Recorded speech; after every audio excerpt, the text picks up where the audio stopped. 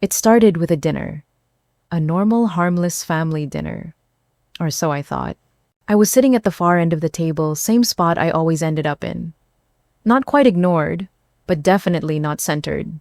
Vanessa was at the head, of course. Fresh off her promotion to regional VP at some fancy firm.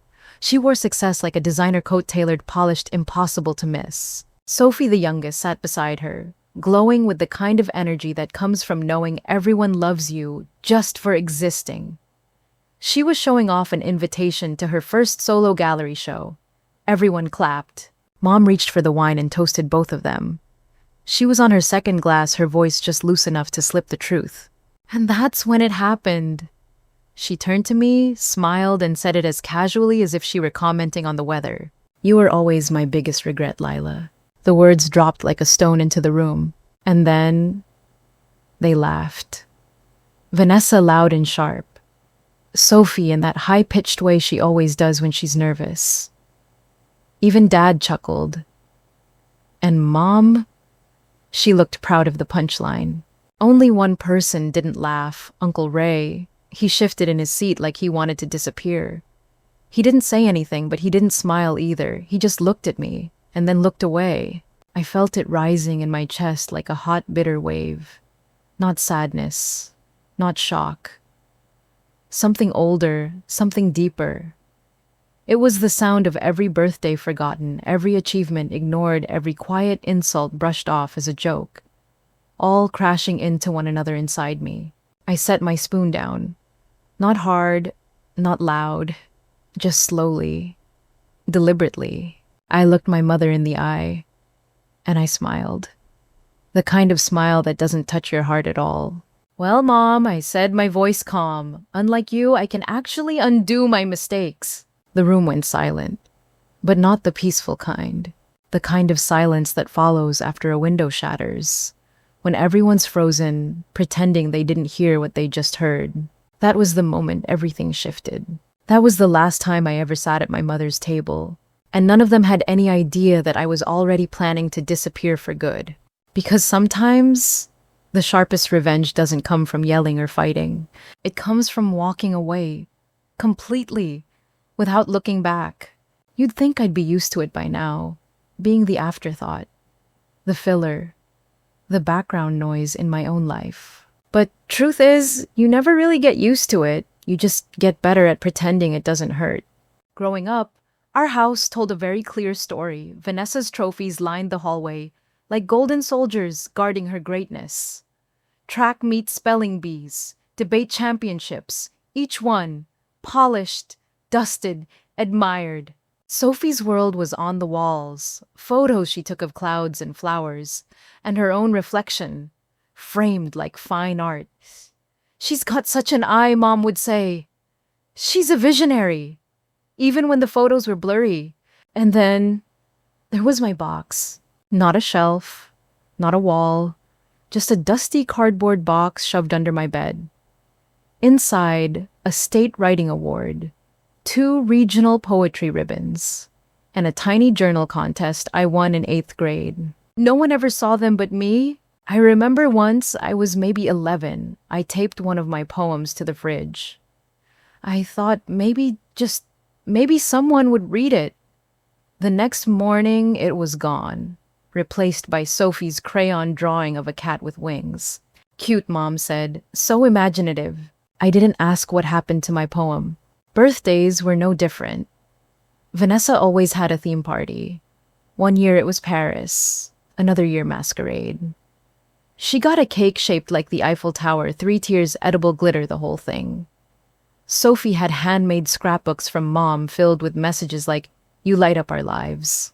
Mine store-bought sheet cake, no candles some years, just the name Lila spelled wrong. And every year, I smiled for the camera. Because that's what I was supposed to do. Smile. Stay quiet. Don't ruin the mood. It wasn't always cruel. Sometimes it was just silence, like when I published a short story in a teen literary journal. I handed the printed copy to Dad during dinner.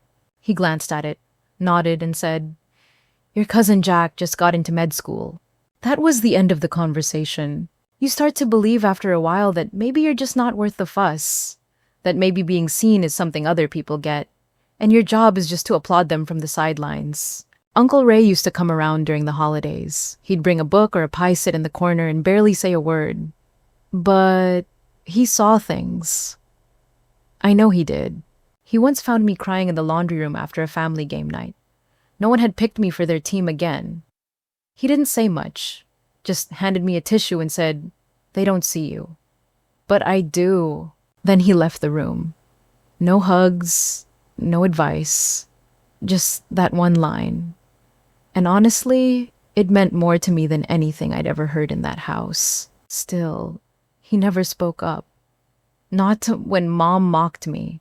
Not when Vanessa rolled her eyes at my opinions. Not when Sophie said I was too sensitive for the 5th time in a week. That's the thing about family.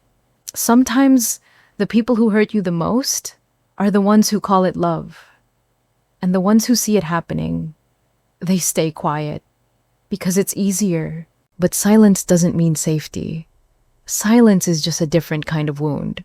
And eventually, even the invisible get tired of disappearing. You don't always see it while it's happening. It's not one big betrayal. It's never just one cruel moment that breaks you. It's the drip, drip, drip of 1,000 little cuts. And before you even realize it, you're bleeding out. My family was made of small knives. Not the kind that slice to kill, just the kind that nick you, over and over, until you stop flinching. I remember the first time I got published in a national magazine. It was a short story about grief, something personal, raw. I mailed copies to the house because I thought maybe they'd be proud. Mom called me a week later. She didn't say congratulations. She didn't ask about the story. She just said, "Well, at least now you can put something on your dating profile." Then she laughed, like I was the punchline to my own success. Dad wasn't much better. He always told people I was between things when they asked what I did. As if teaching literature at a community college didn't count. As if shaping young minds was a side hustle. One time I corrected him gently and said, "Actually, I'm tenured now." He blinked, then chuckled. "Well, sure, but, it's not like real academia, because my work didn't come with ivy on the walls. The sisters were worse in a different way. They loved to tell stories from back in the day, always with me as the fool. Remember the fake adoption papers? Vanessa typed them up when I was 9. She forged signatures, added a letterhead, even highlighted the phrase, "Not our biological daughter." Sophie slipped it under my pillow. They watched from the hallway while I cried. At the time, they called it harmless fun. They still do. They tell that story every Thanksgiving.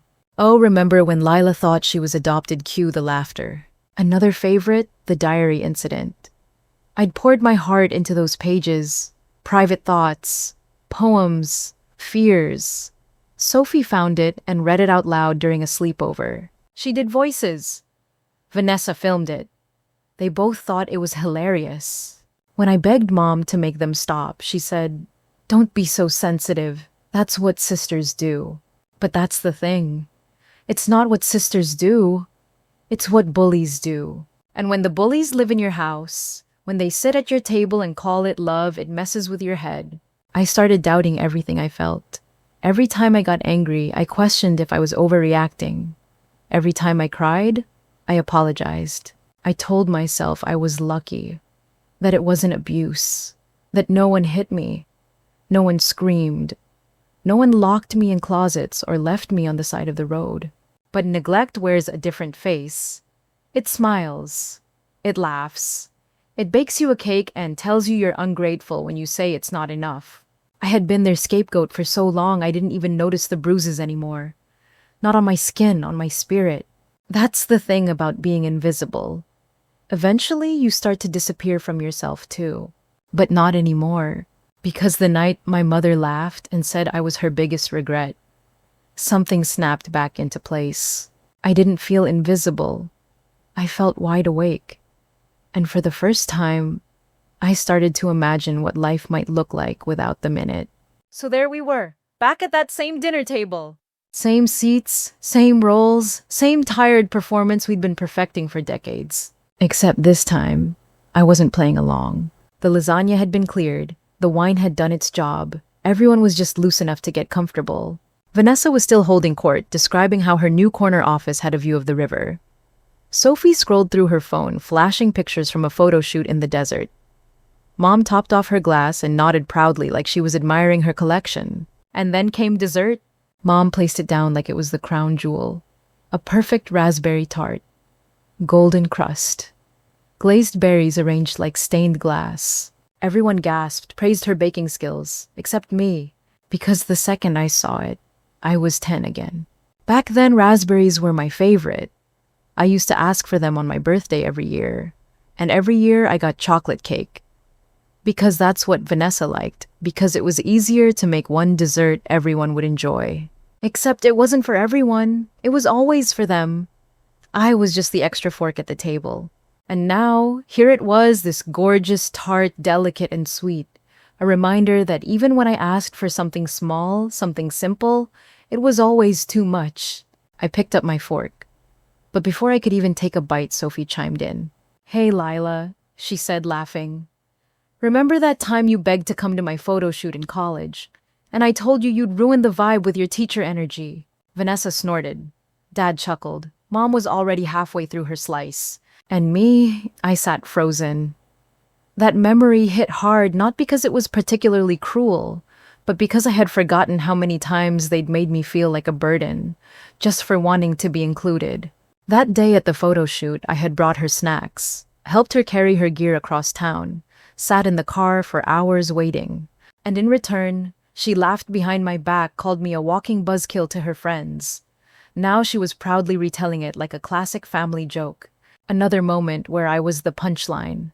Another laugh that didn't belong to me. I looked around the table, at the faces I had spent my whole life trying to please, trying to impress, trying not to upset. And I felt it. Not anger, not even sadness anymore. It was clarity, cold, clean, certain. I wasn't the weak one. I wasn't the jealous one. I wasn't the dramatic, overreacting middle child they made me out to be. I was just the one who saw everything. Every subtle jab. Every backhanded comment. Every story where I was the joke and they were the stars. And in that moment, while raspberry juice stained the edge of my plate, while their laughter echoed like it always had, something shifted in me. I no longer wanted their approval. I didn't crave a seat at their table anymore. I wanted out. That was the moment I stopped being their background character. The night after the dinner, I went home, kicked off my shoes, and stood in the middle of my tiny apartment, like it was the first time I'd ever really seen it. It was quiet. Almost too quiet. The kind of silence that makes your thoughts echo. But that night, I didn't feel empty. I felt ready. Not to fight, not to prove anything. Just to leave. I didn't want revenge. I didn't want an apology. I didn't even want closure. I just wanted out of their orbit, out of the emotional chokehold they didn't even know they had on me. I made tea, sat cross-legged on the floor with my laptop, and opened a blank document. The title came to me in seconds. The Mirror. It wasn't going to be a scream or a breakdown. It wasn't even meant to hurt them.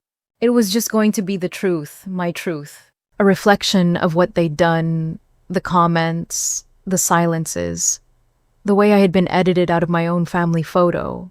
But I didn't send it. Not yet. I just typed, line after line, memory after memory. I let it all pour out. Each sentence felt like unlocking a door. And for the first time in my life, I wasn't afraid to walk through them. Then I opened another tab. I typed Teaching Fellowships Boston, Creative Writing Positions Chicago, Literature Programs Santa Fe. Each city felt like a clean slate, far enough to break old patterns, close enough to build something new.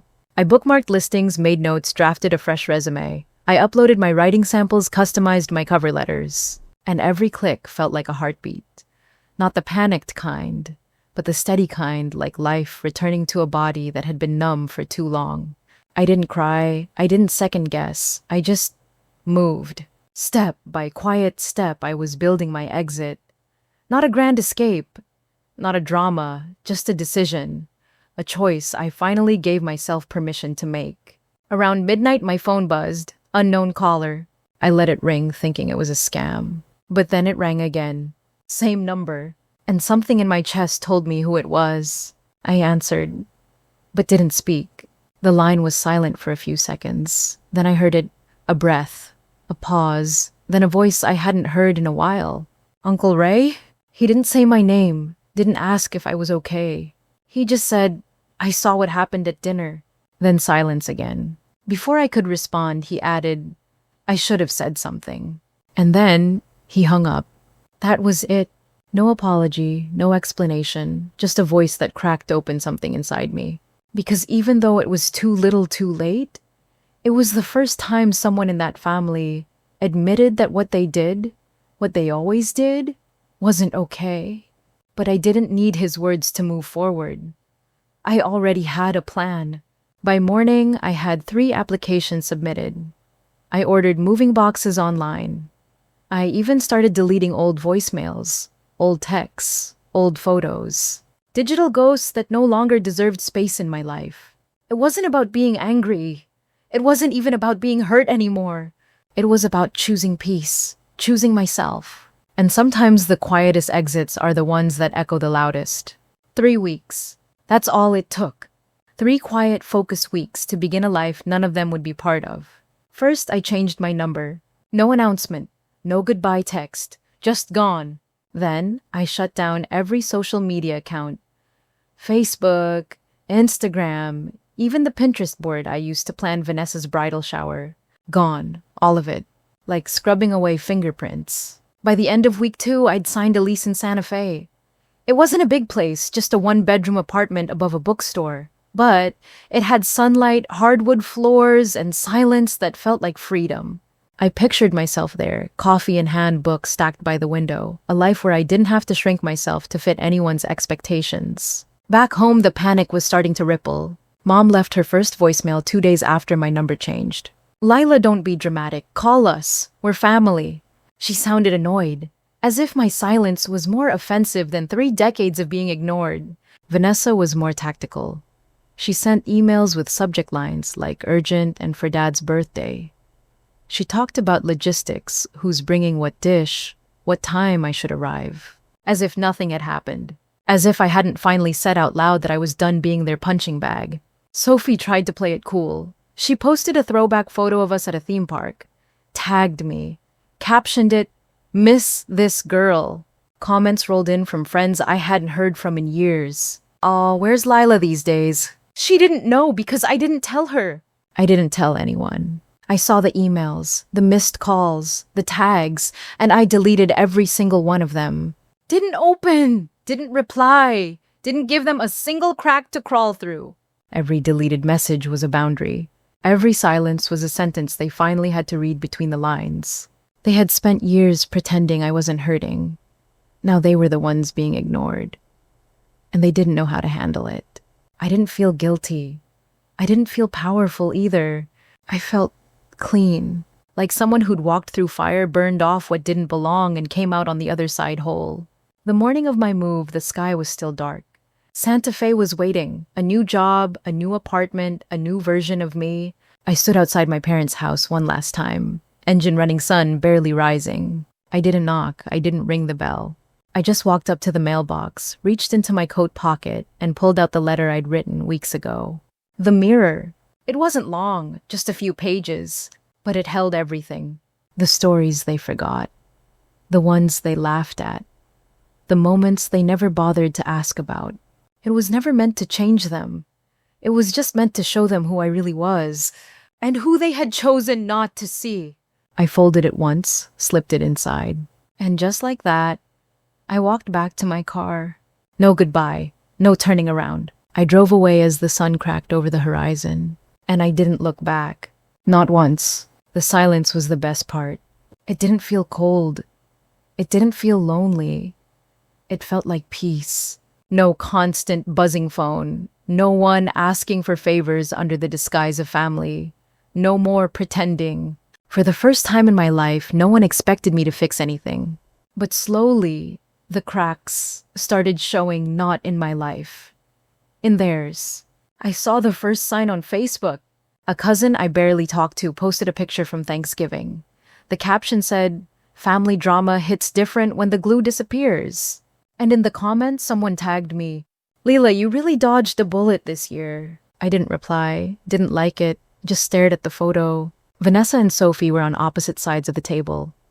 No smiles, no sparkle, just distance. The kind of tension that can't be photoshopped out. Apparently, Sophie brought a vegan dish that Vanessa refused to eat. Vanessa made a comment about Sophie's not-so-serious career, and Sophie fired back about corporate robots with no soul. They used to laugh at my silence. Now they were choking on each other's noise. Christmas wasn't much better. No one knew who was bringing what. Dad forgot to buy gifts. Mom tried to keep everyone together, but it was like taping a glass back together after it had shattered. Because without me, the peacekeeper, the invisible buffer, they had no one to absorb the chaos.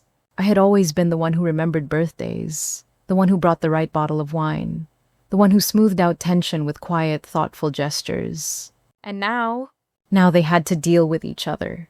Directly, honestly, messily. One morning, I opened my email to find something unexpected. From Uncle Ray. No subject line, no greeting, just this. I should have spoken up. "I'm sorry." That was it. No long letter, no excuses, just 7 words. And you know what? It meant more to me than any apology Mom ever gave. But I didn't write back. Not because I was angry, not because I was punishing him. Because sometimes silence is a response, a full one. He didn't need my forgiveness to know what he should have done. And I didn't need his guilt to validate my decision. The truth is, I didn't need any of them. I wasn't checking for their approval. I wasn't waiting to be missed. But the irony? I was being missed. Not loudly, not publicly, but in the quiet ways that hurt the most. The glue was gone, and the cracks were spreading. Vindication didn't come with confetti. It didn't come with "you were right" speeches. It came with silence. With watching the family that always told me I didn't matter, realized they had no idea how much I held together. And I didn't have to lift a finger. They were unraveling all on their own. Santa Fe didn't feel like a new chapter. It felt like an entirely new book. The air was different here. Clean, dry, honest. No one knew my name. No one expected me to keep the peace. No one laughed when I spoke. And for the first time in my life, that felt like freedom. My first day at the college, a student held the door open and said, "Morning, Professor Santos." Not Lila, not Vanessa's sister, not the single one, just Professor Santos. And I stood a little taller. My students were hungry to learn. They didn't care about my family or my past. They just wanted to hear what I had to say. And when they wrote like they'd been waiting their whole lives for someone to tell them their voice mattered. One semester in our class published a small anthology. Nothing big, just 100 copies bound and printed at a local shop. But those kids, when they held it in their hands, they beamed. Because they saw their name in print. They saw proof they existed. I knew that feeling. And I wanted to give it to as many kids as I could. So I started something of my own. A weekend writing workshop for teens called Second Chances. No grades, no judgment. Just a space for kids who'd been told they were too quiet, too weird, too broken. Kids who reminded me of me. And then came Marcus. We met at a poetry reading in a little bookstore 2 blocks from my apartment. He ran the place. Wore glasses that slid down his nose and smelled like cinnamon and old books. He saw me flipping through a Pablo Neruda collection and asked, "Isn't it wild how words can break you and heal you at the same time?" That was our first conversation. And we never really stopped talking. Marcus didn't care about my baggage. He didn't try to fix me or figure me out.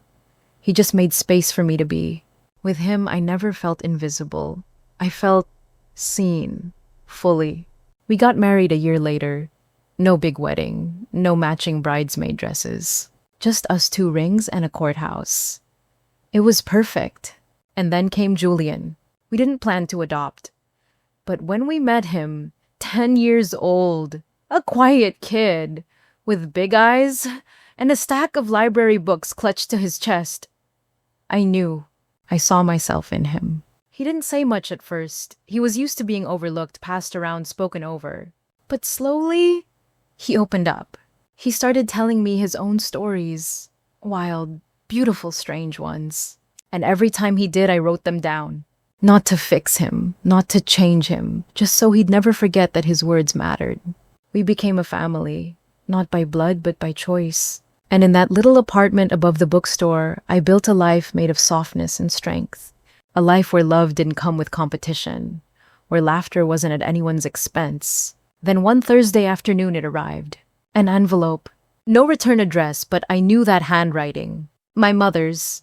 It sat in the mailbox, plain and white, like it wasn't heavy, like it didn't carry 1,000 untold apologies or justifications or excuses. I held it in my hand for a long time. Brought it upstairs, set it on the kitchen table. Julian asked what it was. I told him it was something from a past life. He nodded like he understood. And maybe he did. I made tea, watched the sun hit the wall just right, listened to the sound of Marcus organizing shelves in the next room. The envelope sat there, unopened, and I didn't touch it. Because for once, I didn't need to know what it said. Julian is sitting on the living room rug surrounded by a mess of markers and storybooks. He's narrating something about a flying fox and a time-traveling toaster, and every few seconds he pauses to ask me what a word means. I love that he asks, that he trusts I'll listen, that he knows his voice matters here. I watch him, and for a moment I feel a version of peace I didn't even know existed. It's not dramatic, not loud, not the kind of thing you post about. It's quiet, solid, earned. And in this stillness, I think about the family I left behind. I don't hate them. Truly, I don't. I don't wake up angry. I don't rehearse speeches in the shower. I don't fantasize about revenge. But I also don't owe them access to my peace. Just because you share blood with someone doesn't mean they're entitled to your soul. Forgiveness doesn't have to come with a key to your door.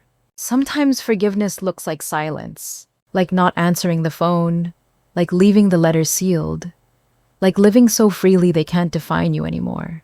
And maybe that's the part people don't talk about enough, that walking away isn't weak, that silence isn't surrender, that distance can be an act of power, and peace. Peace can be the loudest thing you ever give yourself. So if you're listening to this right now, if you've ever felt like the invisible one, if you've ever sat at a table full of people and still felt completely alone, hear me when I say this. You are not the problem. You are not too much. You are not too sensitive. And you are not disposable. You are not a ghost. You are a person. And you deserve to be seen in full color. And if they refuse to see you, walk away, not in anger, but in truth. Because leaving doesn't always mean breaking something. Sometimes it means finally building something new, something better, something yours. So wherever you are, whatever your version of Santa Fe might be, I hope you find it. And I hope you never settle for being someone else's afterthought again. If this story spoke to you, if it reached a part of you that maybe you forgot was still there, and share it. Someone you know might need to hear this today. Someone out there might be waiting for permission to choose themselves.